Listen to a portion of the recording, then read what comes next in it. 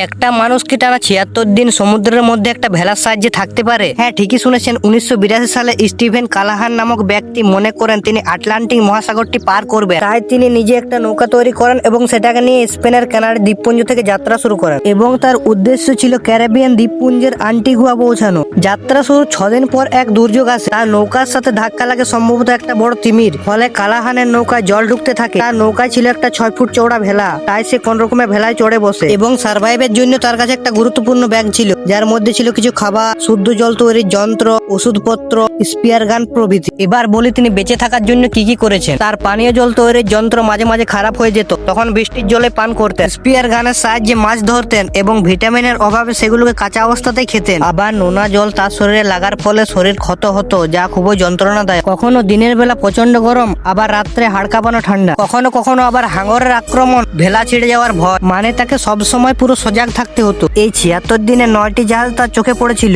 কয়েকবার সে ফ্লোয়ারও ছুড়েছিল, কিন্তু তাতেও কোনো কাজ হয়নি। এদিকে তার শরীরের ওজন প্রায় অর্ধেক হয়ে গিয়েছিল। কালাহান সবসময় প্রতিকূল পরিস্থিতির সঙ্গে লড়াই করে গেছেন। অবশেষে ৭৬ দিন পর ২৯০০ কিমি পথ পাড়ি দেওয়ার পর তিনি পৌঁছান ক্যারিবিয়ান দ্বীপের কাছে এবং কিছু জেলেরা তাকে উদ্ধার করে। স্টিভেন কালাহানের জন্য একটা লাইক তো দরকার। আরও এরকম রোমাঞ্চকর তথ্য জানার জন্য আমাদের চ্যানেলটিকে সাবস্ক্রাইব করে নিন।